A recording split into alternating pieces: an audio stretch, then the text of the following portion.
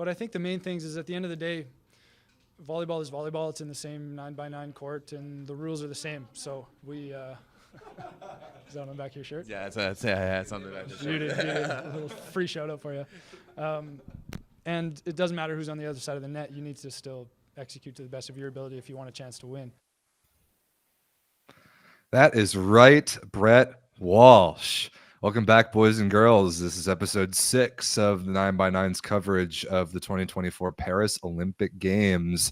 This is the 81 square meters of the best volleyball coverage on the internet, and this is our last preview, Everett, before the Olympics actually starts on Saturday. My name is Rob St. Clair, live from Chicago. That is Everett Delorme, live from Toronto. Women's Pool C. To wrap up our Olympic preview coverage, I am excited to get into this one, and with some very passionate fan bases hopefully in the chat ready to go. I hope that you all are ready as well. Thank you for joining us. This has been a very fun ride, and it's about to get a lot more fun in just a couple days.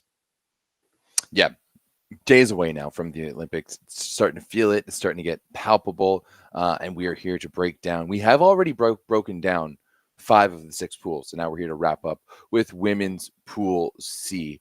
And Rob, this is an interesting pool. You've got 2 teams who are legitimate gold medal contenders and 2 teams who are kind of expected to win it. You've got this year's VNL champions and last year's VNL champions. You've got the most recent European champions in Türkiye as well, and a team that knows how to get the job done in Italy.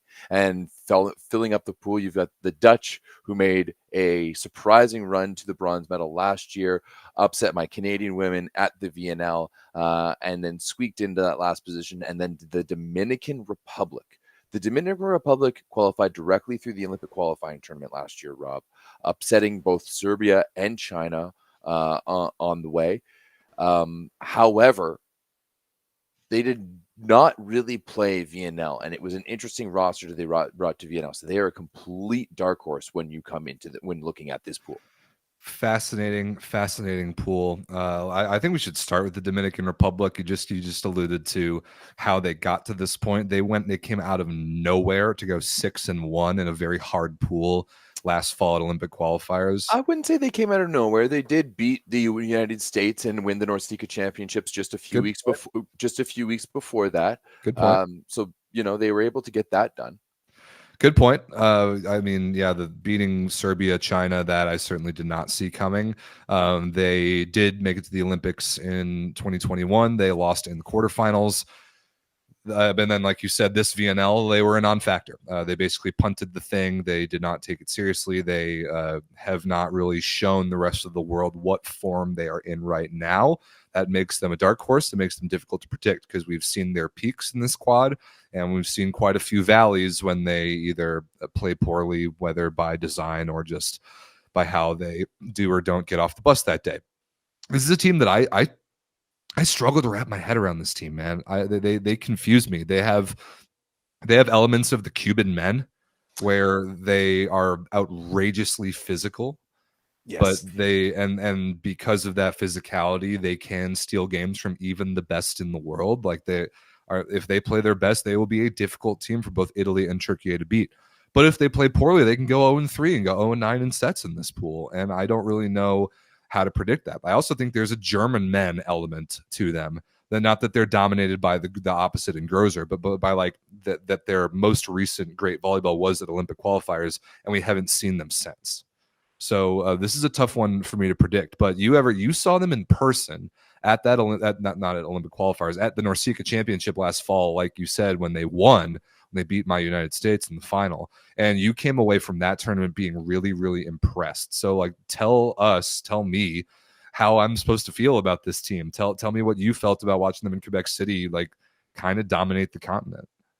Yeah, I mean, I think you've pretty much hit it bang on. Like, they are the Cuba of women's volleyball. They are an island Caribbean country, so like in terms of geography and Las Reinas del Caribe, as exactly they called. There's a lot of similarities there. They are very, very physical, like up and down in this lineup. Like whether you're looking at Braylon Martinez or if you're looking at Gonzalez on the right side, Like down the middle, Janiri Martinez is really big too. Like Bethania de la Cruz coming off the bench is a really good situation for this team. I think Niverka Marte is a really underrated setter who runs a good offense, and she understands the flow of her team, and she delivers the ball really well. This team doesn't try to do too much. Oh, I mean, also we can't forget Brenda Castillo, who is arguably the best libero in the world. Like watching her is magical. Like we talked about in our last show about the Checo on the men's side setting. Watching Brenda Castillo play libero, I've never seen a woman play libero like her, and the only man I've seen play libero like her is Grebennikov. Just with the ease that she approaches the game and the way like she's so flawless in her first contact. Like she can make some of the most incredible passes and digs and walk off like it's absolutely nothing. She just has this aura about her that permeates throughout the rest of the team. And it's really like if she's going to be on, and we haven't really seen her much because once again, she played for a random club team that had foreigner issues, and sometimes she wasn't allowed to be on the roster, and then she didn't play VNL. So if Brenda Castillo can come out and be the Brenda Castillo that they need her to be, and that she can be in terms of her being the best libero, that's going to affect their game in many different. That's because like just put the ball up. If you put Marte in system, then she has 4 weapons to absolutely just bang away. And if you're able to make digs, and Dominican Republic isn't a fantastic serving team, but they are a really good blocking team. Mm-hmm. And that's how they're going to slow you down. If they can funnel you to Castillo, and she's going to get a really good touch on deep. Once again, really physical. So transition, they're super effective. But they need to be able to play like that. And I think that while they have that ability to play at that top level, they also have that ability to be broken down a little bit. Much right? like the Cuban men. Yeah, exactly. So it's going to be how good are they feeling on that particular day. I do like this pool for them. I think that they are, other than Italy, I think they match up decently with Türkiye due to the physicality. And also I think that there's something there with Vargas being Cuban. There's a little bit more of an understanding. Like once again, like she played for Cuba back in the day, like on this Cuban national team against this very same Dominican team. So they know her and understand her. And then I think they match up really well against the Dutch. Yeah, I think a lot of the teams in this pool match up well against the Dutch. Yeah, the strength of the Dominican Republic obviously is physicality. Their offense is nothing special technically. Niverka Marte is good, but she has a pretty simple job to do, and give the ball high enough for the wings and the middles occasionally to use their physicality, and that's kind of it. So Brenda is a unique X factor because you don't normally see a team that's so dominated by physicality that kind of across the board lacks skill. You don't see a team like that happen to have the best libero on planet Earth, but they do. And that's just a really interesting piece of it. So I wouldn't necessarily say they lack skill. I think they just put their importance on different things. Like the same thing with like the Cuban men's team, and watching that team, you would never say that they lack skill. I think they just don't focus on things. But one thing also to consider too, Rob, when talking about this this Dominican team is that they've been there before, right? Like they've been to multiple Olympics. Like they were there in 2020. They were there in 2012. They didn't make it in 2016, but like they've been there before. This is a country that's been to 3 Olympics. This is going to be their 4th overall. Most recently, the most recent ones. And this is a team that when you're talking about that extra added thing, the Dominican summer contingent is always very small. Right. Ultimately, it's a small country. It's a small Caribbean country. Right. And they don't compete in a lot of events. Right. They are massive. Like El Reñas de can you say it for me, please? I'm Las sorry. Reinas del Caribe. Yes, that's so simple. I don't know why I just can't say it. Las Reinas del Caribe. Because you speak French. Yes. But that's it should be. Anyways, doesn't matter. They are going to come into this event with a lot of passion and a lot of pride. And I'm sure they're going to play with that like on their sleeves, and I'm excited to see that. I agree with you. Although I think this is the Olympic Games, I hope that everybody plays with a lot of passion and a lot of pride. This is the Olympics. Also, I don't know very much about Alondra Tapia, one of their opposites. We've heard really good things about her. I mean, the chat's going off about her right now, and from the Discord, because the Dominican Republic played Serbia in a scrimmage like last week and beat them in 5. For some reason, Dominican just has Serbia's number, and Alondra Tapia, who's born in 2004. Apparently played great. What I want to know, and I need the chat, I need you to figure this out for me, is she related to Henry Tapia, the opposite from the Dominican men's team? El Matador, as we called him at El North Seca Matador. last year. Because if that's the case, then she is La Matadora. She has to be. Oh, yes. If they are related, then Alondra Tapia is officially La Matadora. So you guys need to figure that out for us. So I'm looking at her volleybox right now. She's been doing high school in Japan. What? Dude, that's so weird. Yeah. She played 2 years from 2020 to 2023. She was playing at Furukawa Gakuen High School in Osaki City, Miyagi, Japan. Wow. That's apparently that's like prep school level shit. Yeah, apparently she's not related to Henry Tapia, but they have the same last name. I might call her La Matadora anyway. Yeah. When you look at, like, she is more Hispanic looking than black. Like they have 2 very different skin tones, and they don't look anything similar. But that would have been an awesome if there was any relation there. Just to keep up. She's not really okay. But, well, yeah, one of our North Seca gems. Shout out to Henry Tapia. All right. Yeah, 2004. Yeah, she's really young. I'm real curious about this team. I honestly know pretty little about them, and part of that is by design. I think that they, like you said, they don't really throw a lot of resources at a lot of events, but they're going to go to the Olympics. They're going to do what they can with a lot of powerful tools that they have against 2 really good opponents and 1 mediocre opponent. She was also the MVP of the Japanese national high school tournament. Wow, what a unique volleyball player! I think that's a baller ass move. It is cool. Go do a few years in Japan, like that's prep school shit. It is, right? It's like IMG Academy bullshit. Yeah, I know that like there's people who've tried to start that kind of stuff up in Toronto, and they've kind of approached some Dominican players. So maybe we can get that happening. But yeah, dude, I love that. I'm excited to see her play. And the Dominican is the one like country, like especially like the Caribbean countries, they're ballsy enough to be like, let's just try her. Why not? It's the Olympics. Let's create a story. Well, that would be a story. So also, if you guys haven't watched Brenda Castillo very much before, you're in for a treat. Everett said it. She's especially really if you're going, if you happen to be going and you get to watch Brenda Castillo in person. Dude, she's like, it's like watching Engapeth. It's like watching Engapeth. That's what I would compare it to on the men's side. Like just that type of star power and attraction. Yeah, the gravity that she plays with. It's cool. It's really cool. All right, let's talk about the Netherlands. I referred to them a minute ago as a mediocre team. My word for the Netherlands is uninspired. There's nothing that the Netherlands does to inspire me. They're fine. They're good enough. I'd say their floor is decently high, but I do not think they have really any ability at all to beat teams that are better than them. They don't have that one X factor athlete. They don't have that one X factor strength of their team or position group, or they don't really do anything unbelievably well. They're just fine across the board. And like we were looking just before this, Everett, at their VNL this year, their run where they got bronze at the European Championship last year, like the teams that they actually had to play to get to that point. When like the only time that the Netherlands recently has beaten a team that's anywhere close to better than them was when they beat a Davide Mazzanti-led Italy for bronze at Euros, when they were having all their issues with that total stooge.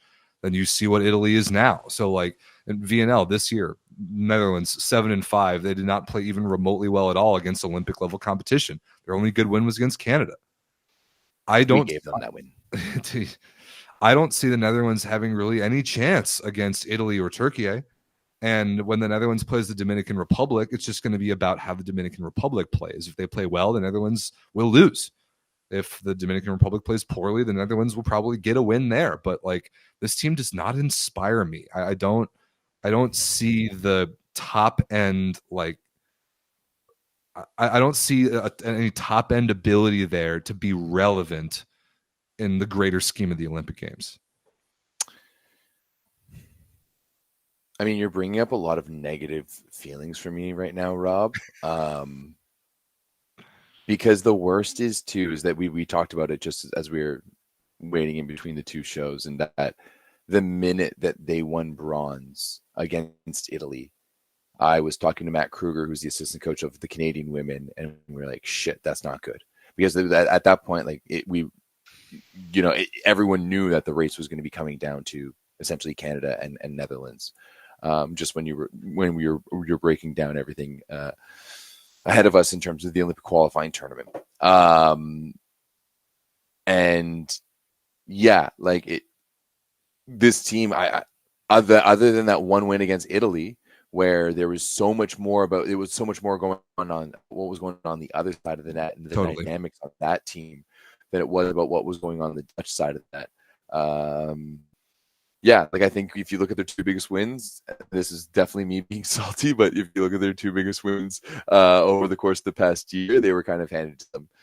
Italy playing terrible and then Canada playing terrible. And yeah, I don't like their outlook in this pool. I can definitely say that. And while one would say that on the whole that this pool is maybe the most difficult, I don't know if that's actually the case. Like, it's definitely the best 4-seeded team in the Dominican Republic. Like, yes, like in Pool A, you have France, where France is going to get walked over. In Pool B, you have Kenya. Kenya is going to get steamrolled. Like, but there's more intrigue in the other two pools for teams 1, 2, and 3.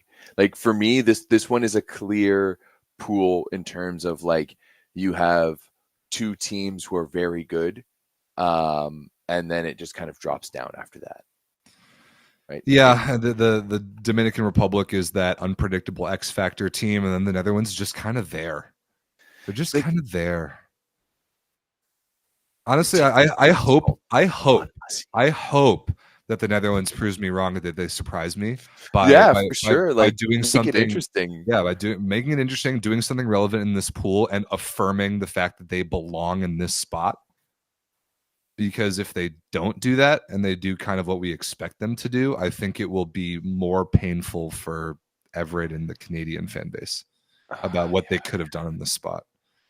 I think that this pool with Canada in it is way more interesting. You add Canada and Dominican, like, just the spiciness of that rivalry into this. Like, oh man, I think this would have been way more interesting with Canada. Way more. At least you have Kira Van Rijk and Alexa Gray who can score points. Like, the Dutch, oh my goodness. Like Celeste Plak and Nika Dalderop, neither of whom are anywhere near the caliber of, like, scorers that the other three teams in this pool have. They're just like one of those ball control club teams that are going to sneak their way to a top 4 finish once in a while because the other team's going to make more errors. And, like, that's fine. You're doing what you have. Like, it's not like they have the athletes of other nations, but God damn it, why didn't we take care of business? I know, dude. All right, let's get out of here. Let's get out of here. I'm depressed. I'm depressed talking about the Netherlands. Talk about one player. Sorry, guys. I said Nika Dalderop, Celeste Plak, pretty good. Not as good as the rest of the scorers in this pool. Türkiye has some scorers. This team has some scores, and we're gonna spend some time here. The next two. Let's go. Yeah, we're gonna spend some time. We're gonna spend some time on these. This was the undisputed number 1 team on planet Earth like 3 months ago, and now that's not quite the case anymore. They won everything they touched last year in Daniele Santarelli's first year with the Turkish women's team. Steamrolled VNL, steamrolled European Championships, steamrolled Olympic qualifiers, no problem. Number 1 in the world, no question. This VNL was different. They were not good in week 1 at home.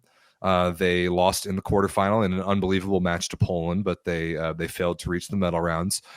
And this is the closest thing on the women's side that we have to the Polish men. Really, really talented. They have that very notable Cuban expatriate that makes a prominent role on their roster.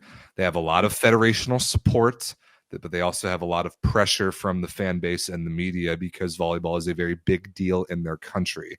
And everything that this Turkish women's team does this Olympics is going to be under a microscope because it's the same way as the Polish men. Their last Olympics was 2021. They got out of pools. They lost in the quarterfinals. But they were not, they were still climbing up the mountain, and now their goal is to be up there and to stay there.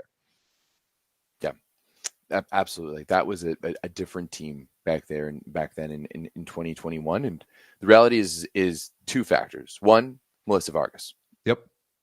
Two, important reality. I mean, the Turkish fans don't like the fact that everybody brings up, or non-Turkish fans bring up the fact that their team, the difference is Melissa Vargas, but it's a fact. She is the difference. She is one of 4 players on planet Earth that if you have that player on your roster, you are instantly a contender to win every major tournament in the world. She 100%. Is that good. I saw some fans in our chat being like, you guys are racist for calling Melissa Vargas Cuban. She's clearly Turkish. She's from Cuba. If you said that, you might as well call Tijana Boskovic Bosnian. Like, I'm sorry, you're going to compare like that stretch to Cuban versus like Melissa Vargas is Cuban. Like, yeah. there's no. She's also Turkish, but she's also Turkish. She's Cuban, but she's also Cuban, right? It's the same thing we would say about Wilfredo Leon. It's the exact same thing we're going to say about Leon, right? But this team with Melissa Vargas and as a whole has the ability to be deadly, for sure, right? They are an emotional team, and last year they were able to really like toe that line nicely. And when you look at their VNL this year, Rob, it wasn't terrible. It started out really bad at home, losing to Japan in the first match. Not a good look at home, especially. Then losing to the Italian B team at home. Ooh, that was bad. Making me look like Robert De Niro over here. But then they had a really good stretch in the middle, especially that week 2 in the USA, where they beat the US at home in Arlington in what was one of the best matches of the VNL. Before maybe going on a bit of a slide to finish, falling to China, Brazil, and then Poland in the quarterfinals. So it's to me, it's much like the Polish men, where that aura that they can't be touched and they're so much better than everyone else is really gone, but still have that ability fully to make a run. No question. The fact that we get them in the same pool as Italy is so scrumdiddlyumptious. Like, awesome.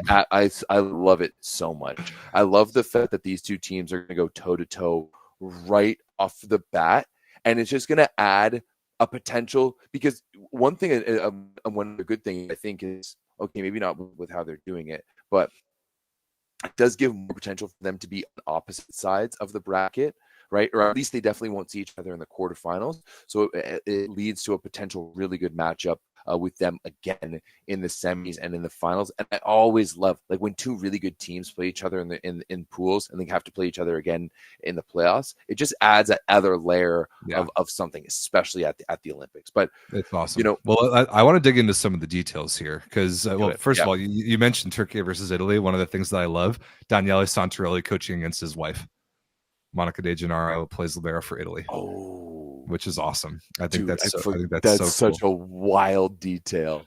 That's name me another sport where you're going to have that pretty rare. A huge fan. So people in the chat are already, and a lot of our very knowledgeable Turkish people in the Discord we really appreciate in our community, helping us like figure out what it is that's going on in volleyball in your country. They have talked about the process of this summer and going about this VNL and using all the time and the resources that they had to select an Olympic team. And there are some people that are a little bit upset with how all of that was done. I don't totally know all the details, but one of the examples is the Ilkin Aydin situation. She's one of their most promising outside hitters, and she was banged up enough throughout the summer that everybody agrees that the right thing to do would have just been to give her the VNL off and give her the best possible chance to rest and be ready for the Olympics. They tried to get a little bit out of her in VNL. She didn't rest up. Now she's not really available for the Olympics. That's a bummer. I wouldn't say that was managed particularly well. So that's just an example. But we know they had a couple health issues during VNL. Zara Gunesh didn't play that much. Hande Baladan didn't play that much. So I don't the think chat's saying right now that both of them have been saying in interviews that they're not sure if they can play yet. Who isn't sure they can play it? Baladan and Zara and Hande, yeah. That's bad. Yeah. If Zara Gunesh can't play, that is a big problem. She's one of the best middle blockers in the world, and they really need her badly. So, like, important thing to keep an eye on there. But like, when Turkish people in the chat, please let me know what's going on here. One of the things, in addition to the addition of Melissa Vargas last year, that made Türkiye all of a sudden so dangerous was the move that Ebrar Karakurt made from being the go-to opposite previously, including at the last Olympics, to switching positions to the left side and embracing a different role. And her choosing to do that and embracing that mentally was just as much of a thing as the physical changes that is, including having to attack on the other side of the court and being so involved in reception and all that. The fact that Ebrar Karakurt can do that now is massively important, and she is the second most important player on offense and is one of the most important players in general for this Turkish team. My question is, who's that second outside hitter going to be? Because throughout this VNL, we saw everybody. Everyone. We saw Tuba Ivigan. We saw Derya Cebicioglu. We saw Hande Baladan when she was available. We saw İlkin Ayda when she was available. We didn't really see Melia Deakin very much. I don't know the answer to that, and I'm curious if Santarelli does. The other thing that Türkiye really liked to do in VNL was they liked to dress three liberos. They really liked to do that. They would like bring three, they would dress two, and they would have the third as like a defensive sub. They don't have that now because of the Olympic roster situation only being 12 players.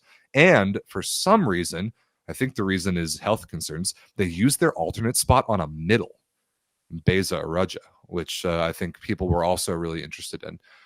Is this true? Somebody in the chat says Gunesh and Baladan probably won't play pool play.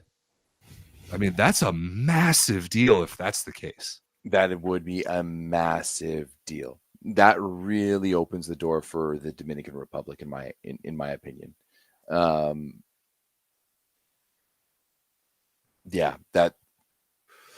Because the thing is especially the way, when you look at the way this team is Turkish built, when you look at the way this Turkish team is built, it's a little bit on stilts.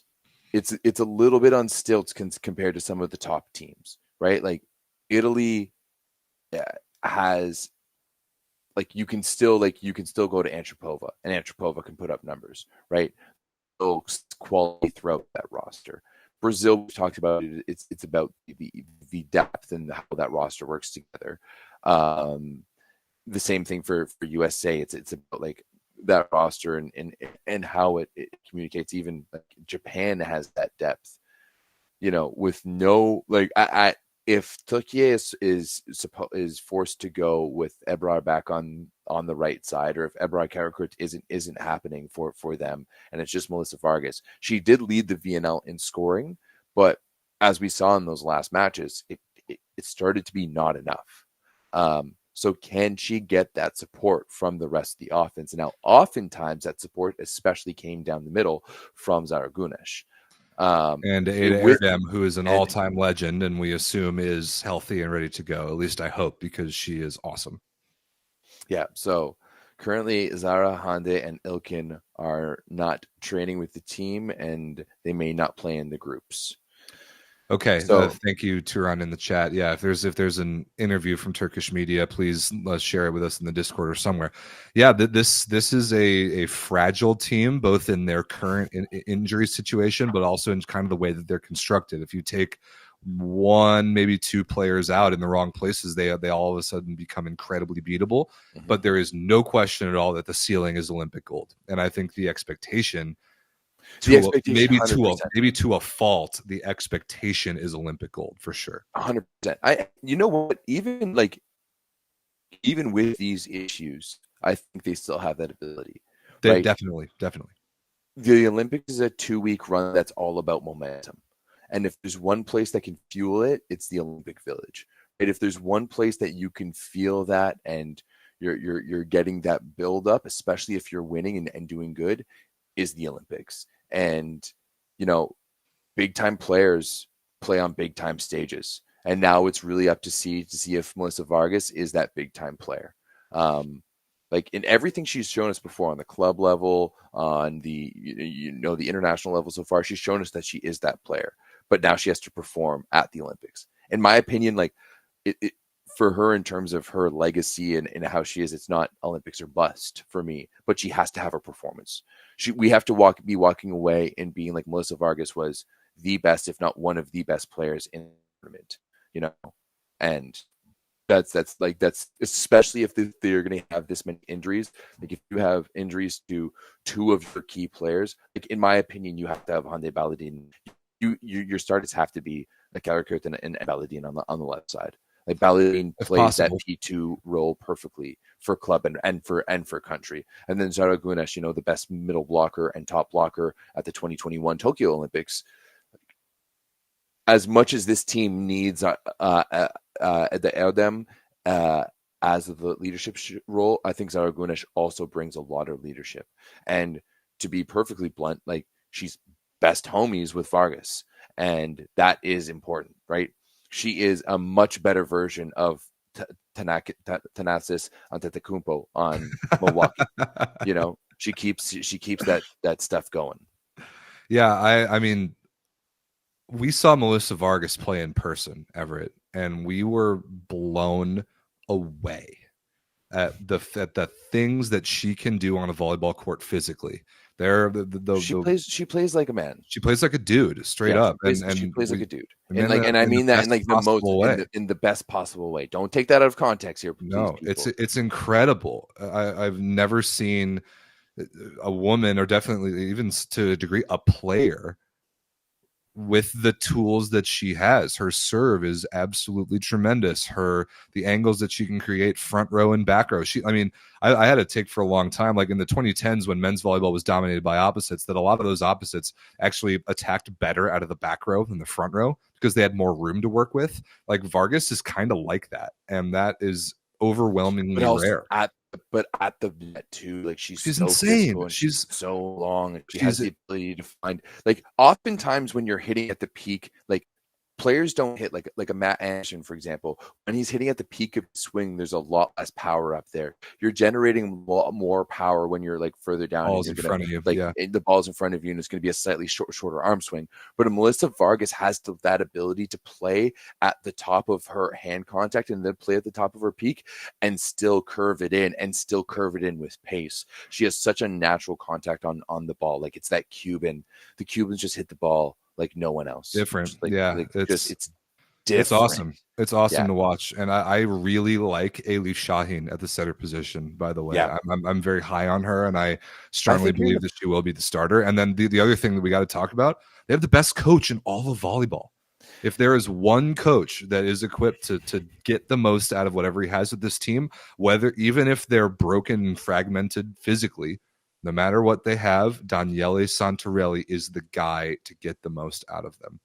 I don't even think he was a head coach anywhere at the last Olympics. I think he was like maybe an assistant somewhere. This is his first Olympics really at the helm of any team. And every other major tournament that he's participated in, he won a world championship with Serbia 2 years ago. He won Euros last year with Türkiye. Now he has a chance on the biggest stage of them all. And he is the best coach in all of volleyball, and it's not close in my opinion. He's the guy. Yeah, it's wild. Like, he has won so much in such a short period of time.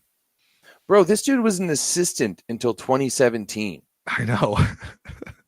He coached Croatia. He's pretty new to this, man. He's, especially for being as good as he is, he's like relatively new to this whole thing.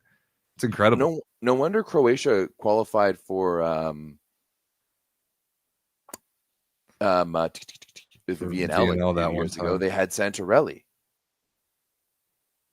Sheesh. Yeah. Anybody doubting that Santarelli is the best coach in the world has not watched any club, because no, his Caneliano teams are really special. All right, anything else about Türkiye? Because he's also won the two biggest tournaments as of recently, the World Championships and the European Championships with two different teams. And then this club team this year won more championships than they lost matches in 6 months. Like, they're also the most winning, the team with the longest winning streak of all time.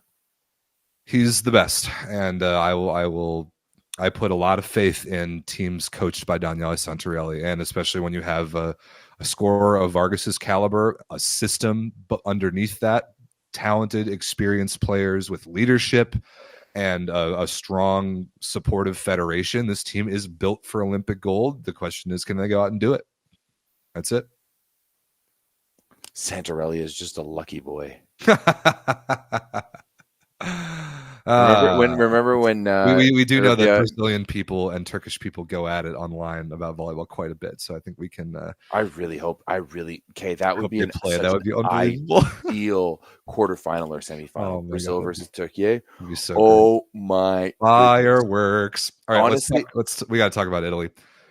I'm so ready to watch this Italian team play in the Olympic Games because they turned it around. Last year they were so bad, and it wasn't bad that they weren't talented enough. It was they were bad because they were dysfunctional, incredibly dysfunctional and toxic. They got rid of the source of that toxicity. They appointed Julio Velasco as the head coach right around the new year. In his first tournament with almost no preparation with the Italian women, he went out and he won the Volleyball Nations League. They played the B team week 1. They started to bring the resources as the tournament went on. They won the VNL for the first time ever. Italy is absolutely a gold medal contender. I still haven't put on the record my official pick on who I think is going to win, but I lean in Italy's direction because of how convinced I was by their VNL performance. And they have another one of those very special players that if you have them on your roster, you have a chance to win every major tournament. That, of course, is the great Paola Egonu, who has been amazing in every tournament that she's played in, every tournament series that she's played in, except kind of the Olympics. Hasn't always been her best stage, at least so far in her young career. No, you're right. And that's kind of one of the few things that she's missing on her resume of accomplishments. But, Rob, this Italian women's team has never even played in a medal match. They never met. Right. They've never even made a semifinal.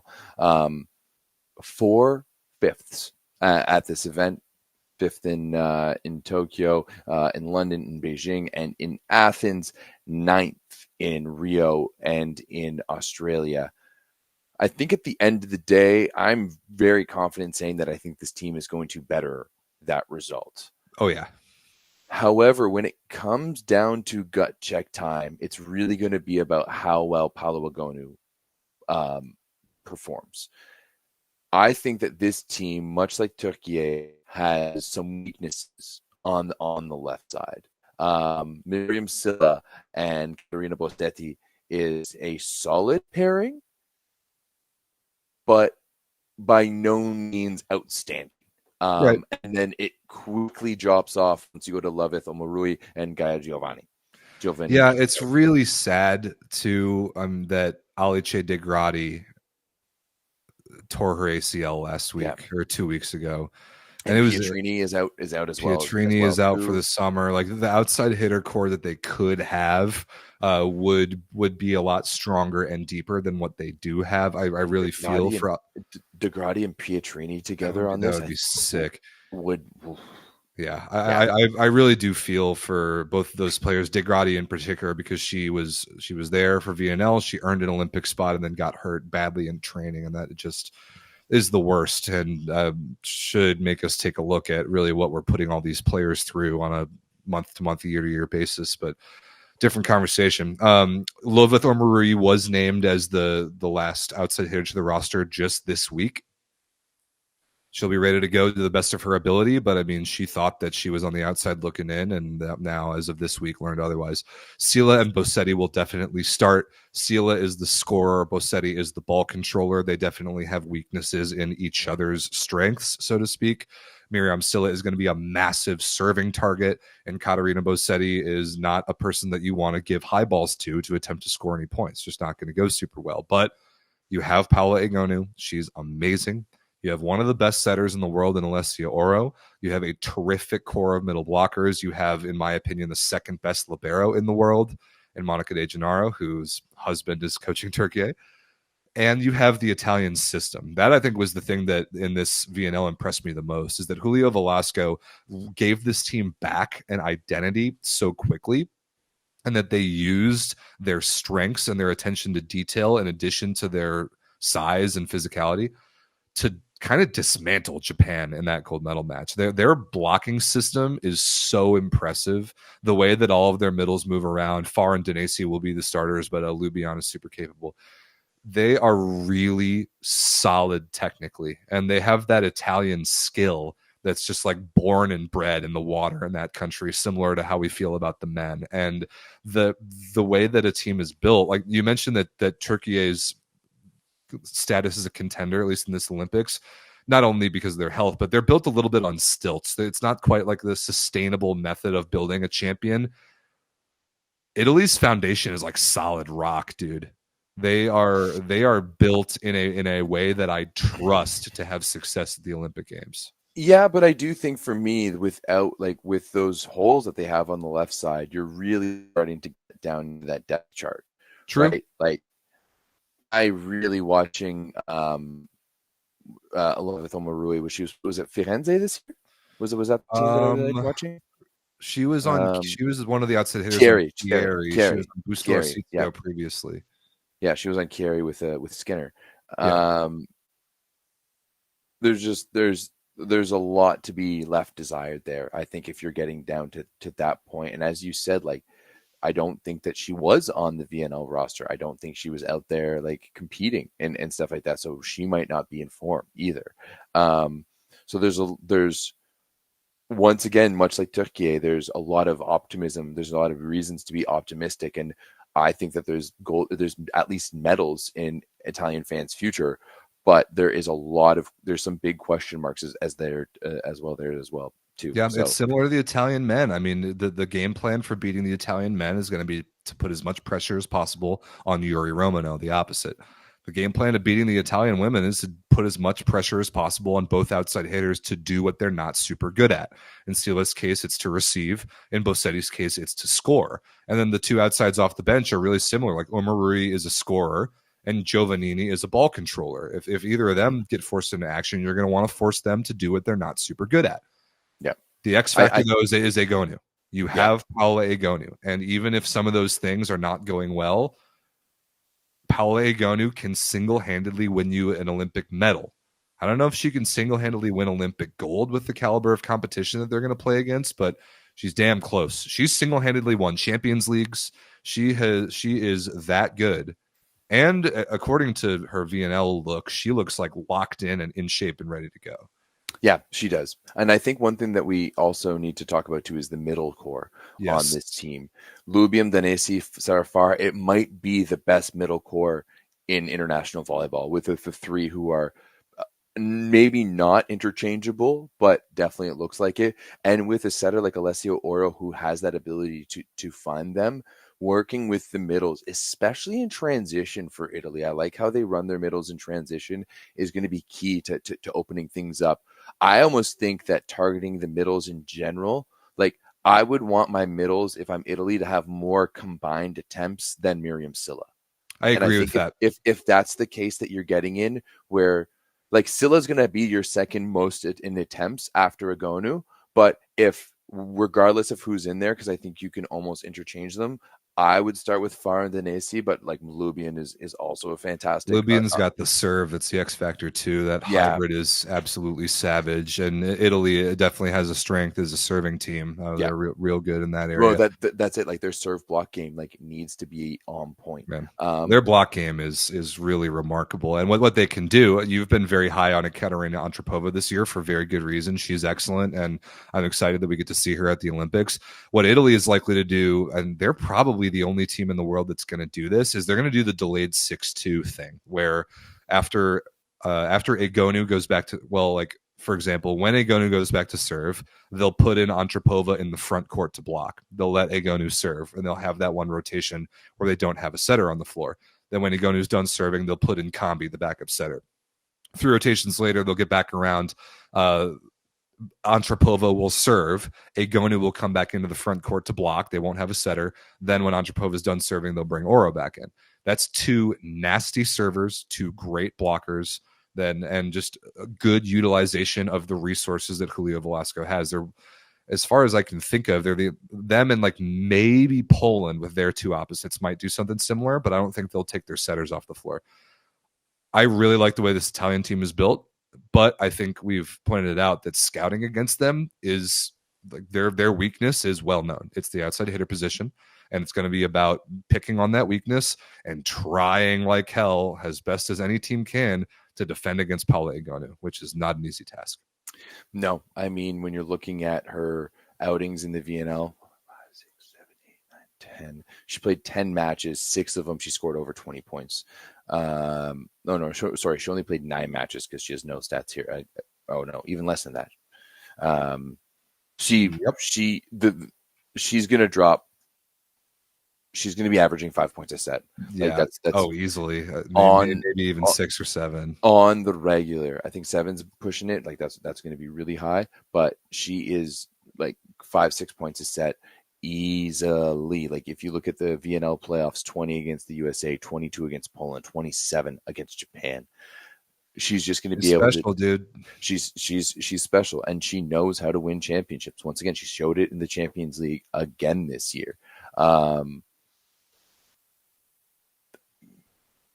The thing is that there's so many players, not so many, but like you have Vargas, like literally just down the way, who's going to be the exact same and playing against her next weekend. Yeah, that's why I think it's so great that those two athletes are going toe to toe early. Like I could not want more of that. And we are going to get that. Is that one of the last games of pool play? It's on the last day of pool play. It's the first game of the last day.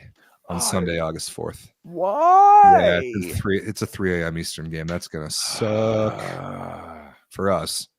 Yeah, that's 9 a.m. in Europe. I don't know why they're doing that to 2 teams with big fan bases and decent TV deals, but yeah, whatever. IOC, figure it out. This pool is going to be really interesting. I think the Dominican Republic has a super tough test immediately. Immediately against Italy. They have one of the hardest matches. I expect Türkiye to steamroll the Netherlands. I think, I'm really not high on the Netherlands except for that last game against the Dominican Republic, depending on how they play. But this pool is going to be awesome. Keep an eye on Türkiye's health. Keep an eye on the Dominican Republic's overall level of play, and keep an eye on Italy's being Italy. I think you really have to watch for Türkiye versus Dominican Republic on Thursday. That'll be a fun game. I think that one's going to be a fun game, and depending on Türkiye's health, and I think like Dominican is going to get trounced in that first one from Italy. Like that's a team that's coming in with the momentum. Dominican's going to have to figure out their shit a little bit. Italy's a hard matchup for anybody, dude. Like they're big enough and have good enough systems to slow down a team like Dominican. They've got the systems, they've got the physicality, and they've got the skill. Right? They've got the ball skill, which is one of the big factors in all of that. So yeah, I think Italy 3-dongs the Dominican right off the bat. But then I think the Dominican comes back swinging against Türkiye, and I think that one goes 5. Yeah, I really do, especially without Gunesh and Baladin or Ilkin or whoever they're missing right now. If they're missing Gunesh and Baladin, I think that one goes. Also, that one goes 5. Worth pointing out that match you're talking about, Türkiye versus Dominican Republic, Türkiye has one less day of rest heading into that game. True, but it's Turkey like only has 1 day of rest. Dominican has 2. they have full. No, they have full Tuesday and Wednesday from Monday to Thursday. They have 2 Oh full man, days. Dominican has 3 days of rest. Yeah. That's incredible. Well, Turkey is going to need every bit of that they can get if they're as injured as it seems like they are. Yeah, I would tend to agree. Awesome pool. Only one thing left to do, Everett. We got to pick it. I think Italy's winning the pool. Turkey is getting second. Dominican's getting weird third, and Netherlands. I'm gonna keep it vanilla with this one. I'm going exactly the same. Yeah, I'm going exactly the same. I think this might be the only pool where we're picking it exactly the same way out of the 6. Good. That's the way it should be. But no, I think either of us would be crazy to pick anything other than this for this pool. Yeah, I mean, maybe Netherlands steals third if Dominican really doesn't show up, or maybe Turkey beats Italy. It's definitely possible for Turkey to beat Italy, but I think the way that Italy's playing right now and some of the health issues that Turkey is going through as far as group play, I think their goal might just be to survive and get to the quarterfinals and do the best they can once they get to that point. I would tend to agree with you on that one, Rob. I would tend to agree quite a bit. Boys and girls, this has been the Olympic preview series on the Volleyball Source channel. We will see you next on Saturday, July 27th for Olympic Postgame Live. Remember, we are going live pretty much every single day through the entire tournament. 1 second, I'm going to load up our little asset here to show you all our schedule. Here it is. Here's the schedule of what we'll be up to. We still have the full men's and women's previews, but we do. You will find those. You'll find those in a different place than usual, and we're excited about that. And we'll share all that with you probably on Thursday, if I had to guess. But the next time you'll see us in this live format that you're used to is Saturday as soon as the last match of the day is over. That's kind of the plan. So the last match that day is the United States men versus Argentina. We'll be pretty much, we'll be watching the games, obviously, and we'll be locked in, ready to go live for that day's post-game coverage pretty much as soon as that match is over. And that's what you can expect pretty much throughout the entirety of the tournament. Yeah, absolutely. It's you guys are going to be sick of us.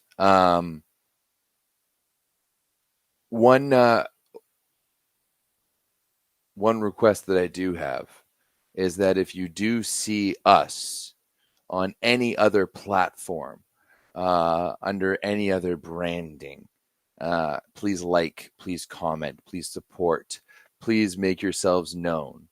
Yeah, we expect this to be a big couple weeks for the Volleyball Source channel, and we want to maximize that as best we can and just welcome all of hopefully a lot of new volleyball fans to what it is that we do over here. And you guys in the community that we've built that watch all of our stuff already are a massive, massive part of that. So keep being active, keep spreading the word, keep watching all the games and being active in the Volleyball Source Discord and all that good stuff. And we are very excited about the couple weeks ahead. There's a possibility of some influx of fans and some influx of new community members. And we hope that those of you who, it doesn't matter if you've been here for a long time or a short amount of time, if you feel like you're a part of a member of this community, then you are. Yep. And even if you don't feel like you're part of it, you probably are regardless. Just show the newbies how we do it over here, right? No form checks, no asking about shoes. We're keeping it professional over here. So yeah, I'm gonna leave it at that. We love you all very much. Happy Olympics. We will see you for Saturday, day 1 post game. Lego.